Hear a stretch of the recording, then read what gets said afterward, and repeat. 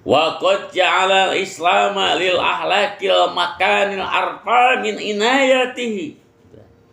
Sungguh Islam telah menjadikan terhadap akhlak tempat yang paling arfa, yang paling tinggi, tempat yang paling atas.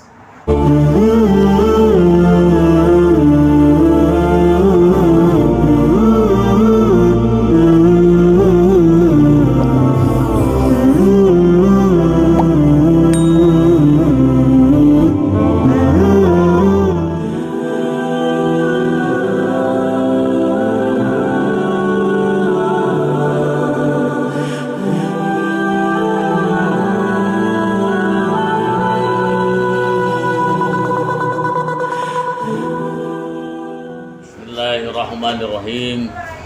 Assalamualaikum warahmatullahi wabarakatuh.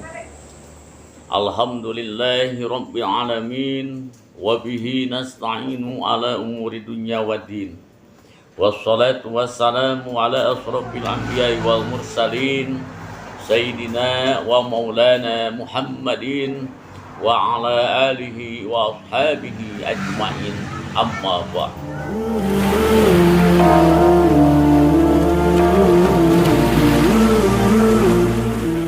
Pertama-tama marilah kita panjatkan puja puji beserta syukur kepada Illahir Rabbi, yang mana Dia telah memberikan berbagai macam nikmat, terutama nikmat iman, nikmat Islam, nikmat sehat lahir, sehat batin, sehingga kita bisa berjumpa kembali di makom yang penuh barokah ini. Amin ya Allah ya Rabbal alamin.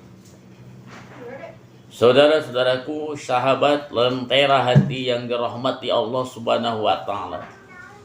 Pada kesempatan malam hari ini saya akan mencoba mengkaji sebuah kitab yang dinamakan kitab Akhlaqul Banin. Akhlaqul Banin ini ada juz 1, juz 2, juz 3, juz 4. Nah, pada kesempatan ini saya akan mencoba mengkaji Akhlaqul Banin juz yang kedua, jilid yang kedua. Di dalam mukadimah kitab Akhlaqul Banin jilid yang kedua ini, Allah menyebutkan innallaha khalaqan nasa fi hadal alam wa faddalahum 'alal hayawanat. Innallaha, sesungguhnya Allah, khalaqa, telah menciptakan an-nasa, manusia, fi hadal alam, di alam ini, wa faddalahum, dan memberikan keutamaan kepada manusia, 'alal hayawanati, dibandingkan dengan hewan. Nah, jadi manusia itu diberi modal oleh Allah Subhanahu wa taala, yang mana manusia itu berbeda jauh dengan makhluk-makhluk yang lain. Manusia itu berbeda dengan setan. Manusia itu berbeda dengan malaikat. Manusia itu berbeda dengan binatang. Jadi Allah menciptakan manusia itu makhluk yang paling utama di alam ini, di muka bumi ini. Nah, Allah berikan modal kepada manusia. Berapa modalnya? Nggak banyak modalnya, cuma 4. Apa aja? Yang pertama, bil akli. Modal yang diberikan oleh Allah kepada manusia itu adalah bil akli, dengan akal. Dengan akal manusia bisa membedakan mana yang hak dan mana yang batil, mana yang salah dan mana yang benar. Nah, itu fungsinya akal. Jadi kalau manusia sudah tidak bisa membedakan mana yang hak dan mana yang batil, maka itu namanya bukan manusia lagi. Sudah dikatakan makhluk sama dengan binatang, maka disebut manusia yang stres, manusia yang gila kalau sudah tidak punya akal. Kalau sudah tidak bisa membedakan mana yang hak dan mana yang batil, mana yang salah, mana yang benar, mana yang baik, mana yang buruk, gitu. Nah, jadi fungsinya akal. Itu adalah itu. Sahabat lentera hati yang dirahmati Allah Subhanahu wa taala. Itu modal yang pertama. Kemudian yang kedua, Allah berikan modal kepada manusia itu adalah ad-din. Apa itu ad-din? Ad-din itu adalah agama. Apa itu agama? Agama itu aturan. Ya. Jadi kalau bahasa Sunda nama ageman, aturan hidup. Ya. Jadi agama itu adalah aturan, tata tertib, undang-undang. Agama Islam berarti tata tertib atau aturan-aturan yang menyelamatkan. Dari kata Islam itu ada selamat. Jadi aturan-aturan yang dapat menyelamatkan. Beda dengan binatang. Ya, binatang tidak diberi agama oleh Allah. Contohnya seperti monyet. Apakah diwajibkan oleh Allah untuk melakukan sholat berjamaah di masjid? Gak mungkin.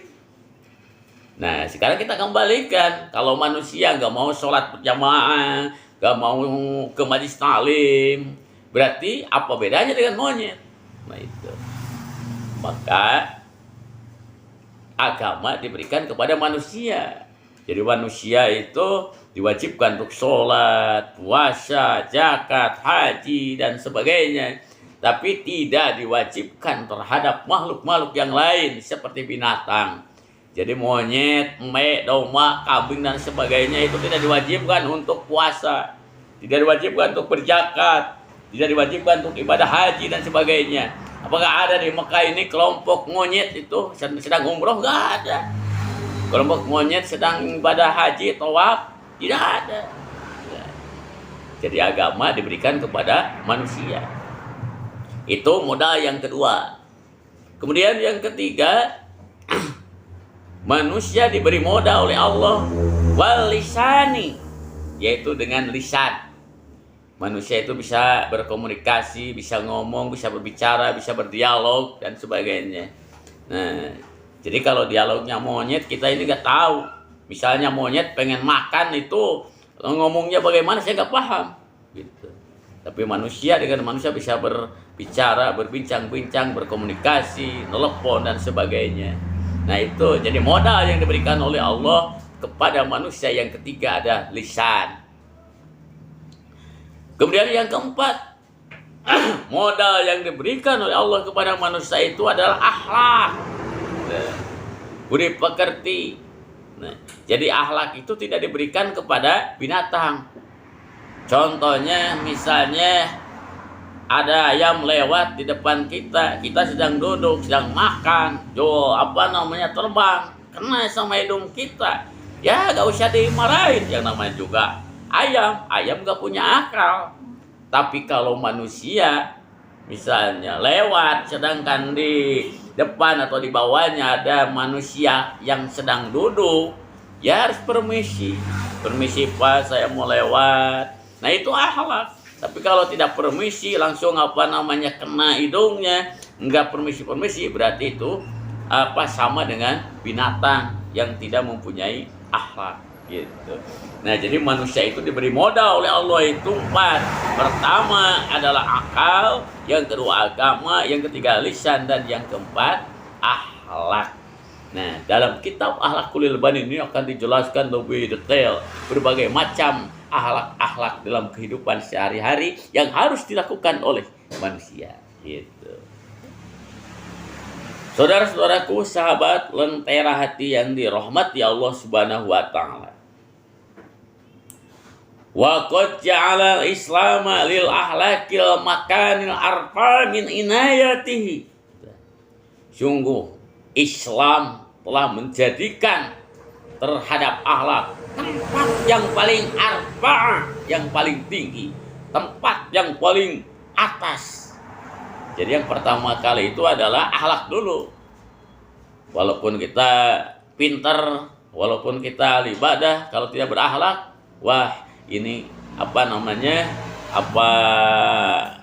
bedanya dengan hewan, apa bedanya dengan ayam, apa bedanya dengan monyet kalau kita tidak mempunyai akhlak.